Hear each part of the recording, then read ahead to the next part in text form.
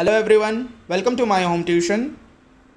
आज हम ninth lesson जो हिस्ट्री का है एसएससी महाराष्ट्र बोर्ड, इसका फर्स्ट पार्ट हमने कवर कर लिया है। उसका वीडियो अपलोडेड है, आप देख सकते हैं।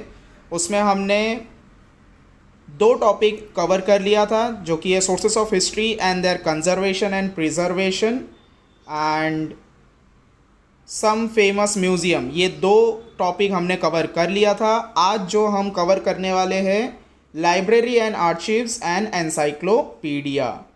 ओके, सो ये है हमारा इस लेसन का सेकेंड पार्ट। सो चलिए स्टार्ट करते हैं। जो फर्स्ट पार्ट है उसको मैंने वर्टिकली रिकॉर्ड कर लिया था। सो आई होप वो आपको समझ में आया होगा, बिकॉज आपको सिर्फ सुनना है। ज़्यादातर तो आपके पास टेक्स्ट बुक होगा तो आप सिर्फ सुनोगे तो आपको समझ में आ जाएगा। अब मैं सेकंड पार्ट जो है वो हॉरिजॉन्टली मैं इसको रिकॉर्ड कर रहा हूँ। इससे आपको ज़्यादा विजिबिलिटी भी मिलेगी, आपको अच्छे से समझ में भी आएगा। तो चलिए स्टार्ट करते हैं लाइब्रेरी एंड आर्शीव से। नाउ लाइब्रेरी एंड आर्शीव का मतलब मैंने बताया है लास्ट वीडियो में, अभी भी एक बार बता देता हूँ। लाइब्रेरी वो जगह है जहाँ पर सारे बुक्स को रखे जाते हैं, जैसे कि पब्लिश्ड बुक। लाइक मैंने रिसर्च किया या फिर आपने कोई रिसर्च किया एंड उस रिसर्च के बाद आपने कोई एक बुक आपने पब्लिश किया, वो सारे टाइप्स के बुक्स इंफॉर्मेशन रिसर्च के बाद वाले, रिसर्च हो चुके हैं, ओके, उसके बाद जो बुक्स बनाए गए हैं वो सारे इंफॉर्मेटिव बुक्स लाइब्रेरीज में होते हैं। एंड आर्शीव वो जगह है जिस रिसोर्सेस को लेके आपने रिसर्च किया था अपने बुक को लिखने के लिए, वो जो ओरिजिनल रिसोर्सेस है, वो जो ओरिजिनल वर्क है किसी का, वो सारा आर्शीव्स में रखा जाता है। तो चलिए स्टार्ट करते हैं। Libraries are the storehouse of knowledge and information. Library science is very closely related to management science, information technology and the field of education. Now यहाँ पर आप देख सकते हो सिंपल लैंग्वेज में ये लिखा गया है कि लाइब्रेरी जो है वो एक स्टोर हाउस है नॉलेज एंड इंफॉर्मेशन का। ऑब्वियसली वहाँ पर आपको नॉलेज एंड इंफॉर्मेशन मिलता है। आपको जो इंफॉर्मेशन मिलता है बुक से, वो इंफॉर्मेशन को आप पढ़ोगे तो आपको नॉलेज भी मिलेगा। तो वो एक पूरा स्टोर हाउस है। And library science is very closely related to management science. वहाँ पर इतने सारे बुक्स होते हैं, इतने सारे लोग आते हैं, मेंबरशिप लेते हैं, बुक्स को रीड करते हैं, तो सब कुछ मैनेजमेंट करना बहुत ज़रूरी है ताकि कोई भी बुक मिसप्लेस्ड ना हो जाए, ठीक है, और सब कुछ मेंटेन रहे। तो जो टेक्नोलॉजी है, इंफॉर्मेशन टेक्नोलॉजी है, वो यहाँ पर बहुत बड़ा एक रोल निभाती है, क्योंकि इस ज़माने में हम सारा रिकॉर्ड्स किस चीज़ में रखते हैं, ये सारा रिकॉर्ड्स हम कंप्यूटराइज्ड करके कंप्यूटर में डेटा को स्टोर करके रखते हैं। तो लाइब्रेरीज क्या परफॉर्म करती है? Library performs various tasks like collecting books, arranging them systematically, conservation and preservation of those books, dissemination of information sources etcetera. So library का काम है कि बुक्स सारे कलेक्ट करना डिफरेंट डिफरेंट सोर्सेस से, डिफरेंट डिफरेंट जगह से, ताकि उसमें इंफॉर्मेशन जो है वो सब तक पहुंचाई जा सके। अरेंजिंग देम सिस्टमेटिकली, नाउ सारे बुक्स लाके ऐसे ही नहीं रख देना है, उनको अरेंज करना रहता है systematically. Like for topic wise, अगर कोई एक सेक्शन है जिसमें प्लांट्स के सारे हैं, नाउ उस प्लांट के सेक्शन के अंदर भी कुछ ऐसे होते हैं कि श्रब्स का एक सेक्शन हो गया, ट्रीज के एक सेक्शन हो गए, ठीक है। सो उस तरीके से सेक्शन वाइज सिस्टमैटिकली सब कुछ रखा जाता है लाइब्रेरी में, ताकि इजीली एक्सेसिबल हो सारे बुक्स जब भी किसी को कोई बुक ज़रूरत पड़े। Conservation and preservation of those books, अब सिर्फ रख दिया हो गया काम, ऐसा नहीं है, उनको प्रिजर्व एंड कंजर्वेशन करना पड़ता है। मीन्स टाइम टू टाइम उनकी साफ़ सफाई, उनकी मेंटेनेंस के लिए देखना पड़ता है। किसी ने अगर वो बुक लिया था, पढ़ा था, तो उसको चेक करना पड़ता है कहीं पर कोई डैमेज तो नहीं हुआ है, ठीक है। तो ये सारी चीज़ें भी करनी पड़ती है। Dissemination of information sources etcetera, इसका मतलब होता है, डिसेमिनेशन का मतलब होता है कि इंफॉर्मेशन को वाइडली स्प्रेड करना। तो आप ऑब्वियसली है लाइब्रेरी में बुक्स है तो लोग आएंगे, पढ़ेंगे, तो ऑटोमेटिकली वहाँ से क्या हो रहा है, इंफॉर्मेशन स्प्रेड हो रहा है, डिसेमिनेशन हो रहा है। Okay, many of this task are completed with the help of computerise system. Now मैंने आपको बताया कि आजकल के ज़माने में कंप्यूटराइज सिस्टम से सब कुछ किया जाता है। To make a book available to a reader as per his requirement is the most important aspect of library management. Now ये वही लाइब्रेरी में क्या होता है, अगर मैंने मेंबरशिप लिया है, मैं गया वहाँ पर, मुझे जो भी रिक्वायरमेंट है, जो भी बुक मुझे चाहिए, वो बुक की मैं रिक्वायरमेंट जाके लाइब्रेरी, जो भी लाइब्रेरियन वहाँ पर होगी या होगा, उनको जाके मैं बोलूँगा, वो मुझे बता देंगे कि कहाँ पर बुक है और क्या है. तो वो बुक मैंने लिया, वो उसका पूरा रिकॉर्ड रखा जाता है कि किसने लिया, क्या नाम है, ठीक है, कौन से डेट को लिया है, कब वो वापस लौटाना है उनको, या कब वो वापस लौटाते हैं, वो सब कुछ रिकॉर्ड किया जाता है. बुक को वापस से देखा जाता है, चेक किया जाता है कि कुछ डैमेज तो नहीं हुआ है, बिकॉज वही बुक अलग अलग लोग पढ़ेंगे और सेम इंफॉर्मेशन स्प्रेड होता रहेगा. ठीक है, तो ये सारा चीज़ सिस्टमैटिकली हमें क्या करना पड़ता, हमें नहीं, मीन्स लाइब्रेरियंस को ये सिस्टमैटिकली परफॉर्म करना पड़ता है. तो जिनको भी ऐसा लगता है कि लाइब्रेरियन का काम क्या है, सिर्फ बैठे रहना और बुक इशू करना और बुक लेना, ऐसा नहीं है. जब एक लाइब्रेरियन लाइब्रेरी के अंदर होता है तो वो जो पूरा लाइब्रेरी है वो उनके अंडर होता है और रिस्पॉन्सिबिलिटी उस लाइब्रेरियन की होती है. कोई भी बुक मिसप्लेस्ड ना हो, डैमेज ना हो और सही तरीके से उसका ध्यान रखा जाए. ये चीज़ का ध्यान रखना बहुत बड़ी रिस्पॉन्सिबिलिटी है ये. The royal library of Ashurbanipal 7th century BCE. Okay, ये एक हो गया library. The Assyrian emperor in Mesopotamia. The library at Takshashila University 5th century BCE, 5th century CE.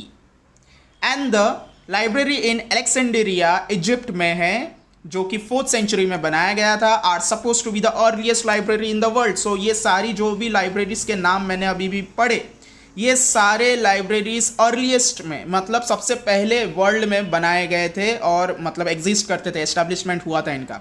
The Saraswati Mahal ग्रंथालय इन यहाँ पर है, यस, तंजावुर में है. Okay, Tamil Nadu was build in 1617 century and during the times of Nayak dynasty. तो नायक डायनेस्टी जब exist करता था तब ये सरस्वती महल ग्रंथालय बनाया गया था. Now in 1675 CE Vyankoji Raje Bhosle. तो व्यंकोजी राजे भोसले ने क्या किया, इस तंजावुर को कॉन्कर्ड कर लिया. कब? 1675 को. And established his independent rule, और वहाँ पर इंडिपेंडेंट रूल करने लगे. Now Vyankoji Raje Bhosale and his successor kept expanding Saraswati Mahal Granthalaya. Now देखो, व्यंकोजी राजे भोसले ने जब ये कॉन्कर्ड कर लिया एंड उनके सक्सेसर का मतलब हो गया कि राजा का बेटा उसका सक्सेसर हुआ. मीन्स राजा के जाने के बाद उनका जो बेटा है वो उस थ्रोन में बैठेंगे, उस राजा की कुर्सी में बैठेंगे. सो वो सक्सेसर हो गए. तो यहाँ पर क्या हुआ था, व्यंकोजी राजे भोसले और उनके सक्सेसर ने सरस्वती महल ग्रंथालय को, नाउ सरस्वती महल ग्रंथालय है क्या, वो लाइब्रेरी है. ओके, ग्रंथालय को क्या किया, और ज़्यादा एक्सपांड किया. इसका मतलब हुआ कि वहाँ पर और ज़्यादा से ज़्यादा इंफॉर्मेशन स्टोर किए गए.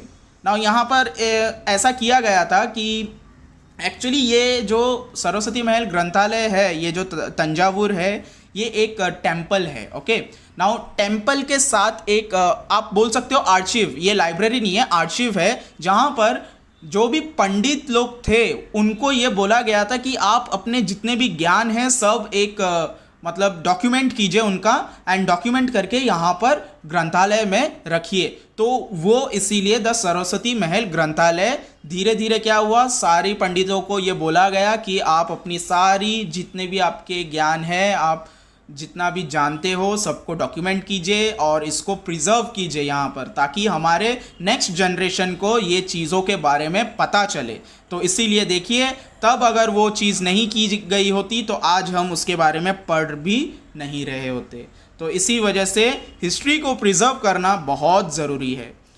Now next, Serfoji Raje Bhosale contributed the most in this expansion. Now Serfoji Raje Bhosale भी थे, तो उन्होंने इस एक्सपेंशन में, मीन्स इस ग्रंथालय में जो भी इंफॉर्मेशन रखी जा रही थी उसमें बहुत ही ज़्यादा इन्होंने कंट्रीब्यूशन दिया है. मीन्स बहुत सारे टाइप से हेल्प किए होंगे. Okay, that's why. So in 1918 the library was renamed as the Tanjavur Maharaj Sarfoji Saraswati Mahal Library. Now आप देख सकते हो यहाँ पर कितना बड़ा एक नाम रीनेम किया गया है, the Thanjavur Maharaja Serfoji Saraswati Mahal library. Now ग्रंथालय से लाइब्रेरी लिख दिया गया. इन हिज ऑनर, नाउ उनके ऑनर में, उनके रिस्पेक्ट में ये नाम रखा गया, उनके नाम से जाना जाएगा. Now there are several noteworthy libraries. So in India, मतलब इंडिया में इनके अलावा भी बहुत सारे ऐसे नोटवर्दी, मतलब इम्पॉर्टेंट और बहुत ही फेमस लाइब्रेरीज है. कौन से है? नेशनल लाइब्रेरी जो कि कोलकाता में है, Nehru memorial museum and library. So museum के साथ लाइब्रेरी होता है. हमने फर्स्ट पार्ट में इसके बारे में डिस्कस किया था. बड़े बड़े जो म्यूजियम्स होते हैं उनके अलग से लाइब्रेरीज होते हैं, क्योंकि म्यूजियम में अगर आपको कोई भी चीज़ के बारे में एकदम डेप्थ नॉलेज या इंफॉर्मेशन चाहिए तो लाइब्रेरीज होते हैं, वहाँ पर सारी इंफॉर्मेशन बुक रखे रहते हैं, वो सारे बुक्स आप पढ़ सकते हो. Next, state central library Hyderabad में है. Library of Asiatic Society and Davidson Sassoon library Mumbai में है, एक्सेट्रा. तो ये सारे नोटवर्दी लाइब्रेरीज है कुछ इंडिया के. From the technical point of view the management of archive is akin to library management. Now akin का मतलब क्या है? अकीन का मतलब है सिमिलर. मतलब आर्चीव मैंने आपको बताया था डिफरेंट होता है, लाइब्रेरी डिफरेंट होता है. नाउ आर्चीव का मैनेजमेंट भी सेम लाइब्रेरी मैनेजमेंट की तरह होता है, इसीलिए यहाँ पर लिखा गया है कि management of archive is akin to library management, मतलब सेम टू सेम मैनेजमेंट किया जाता है. Preserving documents with important content in their original condition. Now यहाँ पर आप देख सकते हो लिखा हुआ है स्पेसिफिकली कि ओरिजिनल कंडीशन में उसको रखा जाता है, इसी वजह से मतलब उसको आर्चीव बोला गया है. Okay, so next, preparing index and creating accurate system of retrieval of document are important tasks in the management of archive. Now सबसे ज़्यादा important काम क्या है इस archive management में कि preparing index prepare करना and creating accurate system of retrieval of document. So यहाँ पर क्या होता है कि आपको अगर कोई इन्फॉर्मेशन मिला है तो उसको अच्छी तरीके से क्या करना पड़ता है? सिस्टमैटिकली सजाना पड़ता है index wise. Okay, accurate system of retrieval of document are important task. तो हमें ये देखना पड़ता है कि जो भी डॉक्यूमेंट्स हमें मिले हैं उसमें इंफॉर्मेशन जो है वो एक्यूरेट है कि नहीं, मीन्स एकदम करेक्ट है कि नहीं. ठीक है. And task in management of archives means यही सारा मैनेजमेंट होता है. Document from the archives are suppose to be very reliable. Now ये भी बहुत इंपॉर्टेंट है कि जो भी डॉक्यूमेंट्स हमें आर्चीव से मिलते हैं, ठीक है, ओरिजिनल फॉर्म में, वो रिलायबल है. रिलायबल का मतलब आप रिलाय कर सकते हो. मतलब जैसे कि अगर मैं बोलूँ कि कॉटन जो होता है वो कड़क होता है, एक्चुअली में होता है क्या? वो तो सॉफ्ट होता है ना. सो इन्फॉर्मेशन आर्चीव में कुछ इस तरीके से है, जो भी इंफॉर्मेशन है उसमें आप रिलाय कर सकते हो, उसमें आप भरोसा कर सकते हो कि हाँ ये इन्फॉर्मेशन सही है. मेरे को अगर कोई रिसर्च करना है तो मैं इस इंफॉर्मेशन के ऊपर रिलाई कर सकता हूँ एंड इसको लेके मैं अपनी रिसर्च आगे बढ़ा सकता हूँ. वहाँ पर कोई भी झूठ नहीं है, मनगढ़ंत कहानी नहीं लिख के रखा है किसी ने. ओके, वहाँ पर सारे सब कुछ फैक्ट है जिसके ऊपर आप रिलाई कर सकते हो. Because of the heavy dependency on computerise system, information technology has become the inevitable part of the management of library and archive. Now आजकल के ज़माने में अब इतना ज़्यादा डिपेंडेंसी हो गया है. डिपेंडेंसी का मतलब हो गया है कि हम सॉफ्टवेयर के ऊपर डिपेंड हो गए हैं, इंफॉर्मेशन टेक्नोलॉजी के ऊपर डिपेंड हो गए हैं. तो हमको क्या करना पड़ता है कि सारा रिकॉर्ड्स कंप्यूटराइज में रखना पड़ता है. एंड बिकॉज हम उसके ऊपर डिपेंड हो गए हैं, इसीलिए ये एक इनएविटेबल पार्ट बन गया है मैनेजमेंट सिस्टम का कि हम इसके बिना मैनेजमेंट सिस्टम को चला नहीं सकते. नहीं तो पुराने ज़माने में क्या किया जाता था? सब कुछ हाथ से लिखा जाता था. तो आप समझ सकते हो आज एक मीन्स सिर्फ एक बटन दबाने से पूरा इन्फॉर्मेशन आपके सामने आ जाता है एकदम चुटकियों में. लेकिन पुराने ज़माने में क्या होता था? अगर आपको कोई बुक चाहिए तो हैंड रिटन रजिस्टर होते थे, उसमें ढूंढना पड़ता था कहाँ पर नाम है, कहाँ पर है, पेज नंबर क्या है, ठीक है, किसने लिया था, क्या टाइम था. लेकिन आज वैसा नहीं है. आज हमें उतना ज़्यादा मेहनत नहीं करना पड़ता. एक बार सिर्फ मेहनत करना पड़ता है जब कंप्यूटराइज में हम सारा डेटा पुटअप करते हैं and then time to time हमें उसको क्या करना पड़ता है? अपडेट करते रहना पड़ता है. Okay, next, the first official archive in India. So पहला जो आर्chiव बना था हमारे इंडिया में, first official imperial record department, okay, was established in 1891 को बना था. कब, कहाँ पर? कोलकाता में. It was shifted to Delhi in 1911. So 1891 को कोलकाता में एस्टैब्लिश्ड हुआ, लेकिन 1911 को ये दिल्ली में शिफ्ट कर दिया गया. In 1998 the then president of India, the then का मतलब होता है तब जो प्रेसिडेंट थे तब, वो बात की जा रही है. Honourable KR Narayan open the archive for public. Now honourable KR Narayan ji ने, जो कि प्रेसिडेंट थे तब 1998 को, उन्होंने पब्लिक के लिए आर्chive ओपन किया, जिसमें पब्लिक एक्सेसिबल थे. Okay, it is a department under the jurisdictions of the ministry of culture of the Indian government. And ये किसके अंडर था? इंडियन गवर्नमेंट के अंडर था. ठीक है, मिनिस्ट्री ऑफ कल्चर के अंडर था. The documents have been preserved here in a chronological order from 1748. Now यहाँ पर आप देख सकते हो कि 1748 से लेकर जितने भी डॉक्यूमेंट्स थे वो सारे यहाँ पर क्रोनोलॉजिकल ऑर्डर में रखे गए थे. नाउ क्रोनोलॉजिकल ऑर्डर मीन्स 1748 का आपको मिल जाएगा, उसके बाद 1749, फिर 1750, मीन्स ऐसे numerically chronological order means ascending order में उसको सिस्टमैटिकली रखा गया था.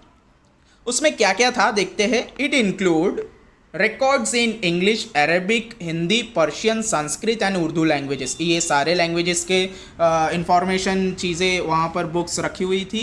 ओके, डेटास रखे हुए थे. It also include records in Modi script. Now Modi script के बारे में मैंने आपको बताया है फर्स्ट पार्ट में. मोदी स्क्रिप्ट का मतलब होता है कि मराठी लैंग्वेज में जो भी इंफॉर्मेशन लिखा हुआ होता है उसको हम मोदी स्क्रिप्ट बोलते हैं. ओके, सो इनको 4 कैटेगरीज में बांटा गया था. तो 4 कैटेगरीज में क्या है? एक है, पहला है पब्लिक रिकॉर्ड्स, तो पब्लिक के लिए था. ओरिएंटल स्टडीज़, वो स्टडीज़ है जिसमें आप ईस्टर्न के कल्चर और हेरिटेज को पढ़ते हो. ठीक है, और किसी पर्टिकुलर एकेडमिक फील्ड के लिए जब आप स्टडी करते हो, ओरिएंटल स्टडीज़ के लिए था. मैन्यूस्क्रिप्ट्स थे.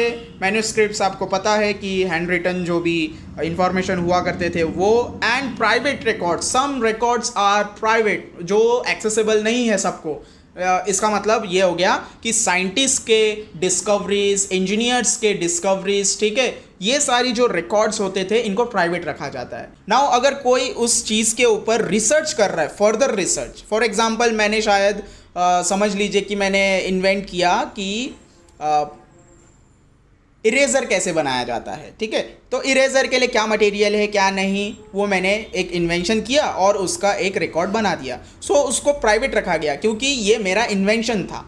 अब अगर कोई उसके ऊपर फर्दर रिसर्च कर रहा है, ये मैं सिर्फ एक एग्जांपल दे रहा हूँ कि एक फर्दर रिसर्च कर रहा है कि उस इरेज़र मटेरियल से और क्या बनाए जा सकते हैं. अगर कोई ऐसा कोई रिसर्च कर रहा है तो वो मेरा रिसर्च तब जाके क्या कर सकता है, यूज़ कर सकता है. लेकिन उनको वो सब चीज़ के लिए अप्रूवल्स चाहिए होते हैं कुछ. ठीक है, वो सारे अलग अलग प्रोसीजर्स होते हैं, उसके बाद ही उनको ये प्राइवेट रिकॉर्ड्स को एक्सेस करने दिया जाता है. उसके पहले नहीं दिया जाता, क्योंकि अगर ये सारे प्राइवेट रिकॉर्ड्स सबको एक्सेस करने दिए गए तो वहाँ पर ज़रूर कुछ इतने सेंसिटिव इंफॉर्मेशन है या फिर कुछ ऐसे डिस्कवरीज है जिनका मिसयूज़ किया जा सकता है. इस वजह से प्राइवेट रिकॉर्ड्स भी होते हैं. Now next, government of every state in India maintain independent archives. The archives of Maharashtra state government has branches in Mumbai, Pune, Kolhapur, Aurangabad and Nagpur. So हर एक स्टेट में इंडिया में अपने अपने इंडिपेंडेंट आर्शीव्स है. ओके, मतलब स्टेट वाइज, मतलब कोलकाता में जाओगे तो आपको सारे बंगालीज के आर्शीव के डॉक्यूमेंट्स मिलेंगे. महाराष्ट्र में सारे मराठी लैंग्वेज में मिलेंगे. ओके, गुजरात में गुजराती लैंग्वेज में मिलेंगे. सो ऐसे हर एक स्टेट में अपने अपने आर्शीव्स है इंडिपेंडेंट. और मुंबई के कहाँ कहाँ पर ब्रांच है ज़रा देख लीजिए.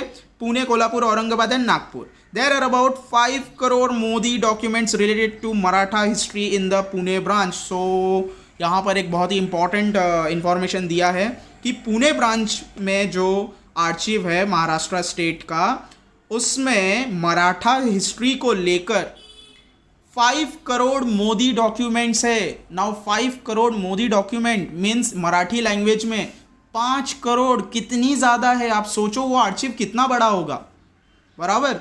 तो मराठा हिस्ट्री को पूरा मतलब कवर किया गया है बहुत ही अच्छी तरीके से.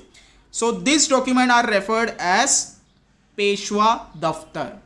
सो ये जो 5 करोड़ मोदी स्क्रिप्ट है, इनको, इन सारे पूरे डॉक्यूमेंट्स को एक नाम दिया गया है, एक टाइटल दिया गया है जो है पेशवा दफ्तर. सो यहाँ पर हमारे आर्चीव्स, लाइब्रेरी एंड आर्चीव का टॉपिक ख़त्म होता है. सो यहाँ पे वीडियो जो है वो लंबा हो गया है. अगर एनसाइक्लोपीडियाज़ को भी इसमें इंक्लूड करूँगा तो वीडियो बहुत ज़्यादा लंबा हो जाएगा. हम एक काम करते हैं, यहाँ पर ही ये वीडियो एंड करते हैं. एनसाइक्लोपीडियाज़ के लिए मैं एक दूसरा पार्ट बना दूंगा. मीन्स टोटल इस लेसन के 3 पार्ट होंगे. So this is the end of the video. मिलते हैं नेक्स्ट वीडियो में. Thank you so much.